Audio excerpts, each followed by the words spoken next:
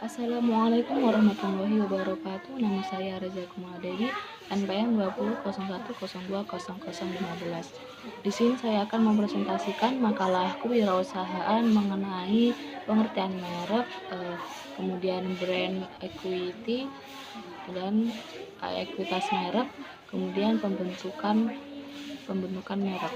Yang pertama yaitu mengenai pengertian merek sendiri. Produk adalah suatu yang dihasilkan oleh pabrik. Kemudian merek itu, sedangkan merek itu adalah sesuatu yang dibeli oleh customer. Merek merupakan suatu tanda bagi konsumen untuk mengenal barang atau jasa yang ditawarkan. Kemudian pengertian merek sendiri sering disebut sebagai nama, istilah, simbol, desain, ataupun kombinasi dari semuanya. Kemudian pengertian ekuitas merek. Menurut Kotler tahun 2350, nomor 350, ekuitas merek adalah nilai suatu merek berdasarkan seberapa kuat merek tersebut mempunyai loyalitas merek, kestandaran konsumen akan merek, kualitas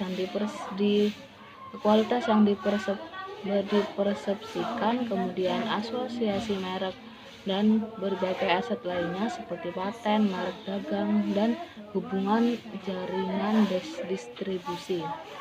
Yang kedua yaitu kemudian brand equity adalah satu set brand, aset, dan liability yang berhubungan dengan merek, nama, dan simbol yang disediakan sebuah produk atau servis bagi konsumen. Brand equity memiliki 5 atribut, yaitu yang pertama, brand loyalty merupakan ukuran kesetiaan pelanggan terhadap suatu merek. Loyalitas merupakan inti dari brand equity yang menjadi gagasan sentral dalam pemasaran. Kemudian yang kedua, brand awareness atau kesadaran akan merek merupakan kemampuan seseorang pelanggan untuk mengingat suatu merek tertentu atau iklan, kemudian secara spontan atau setelah dirangsang dengan kata-kata kunci. Kemudian perceived quality atau persepsi atau kesan terhadap kualitas adalah persepsi pelanggan terhadap keseluruhan kualitas atau keunggulan suatu produk atau jasa, atau pelayanan dikaitkan dengan harapan pelanggan.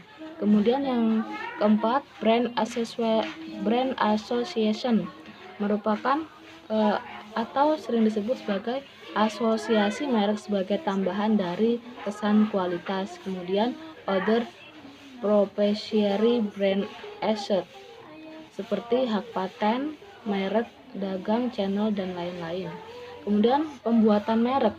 Ada beberapa langkah yang sangat efektif untuk membuat merek. Yang pertama yaitu pilih nama yang berdaya pembeda. Jadi pilih nama-nama yang sekiranya menjadi pembeda biar menjadi daya tarik pelanggan beda dari yang lain.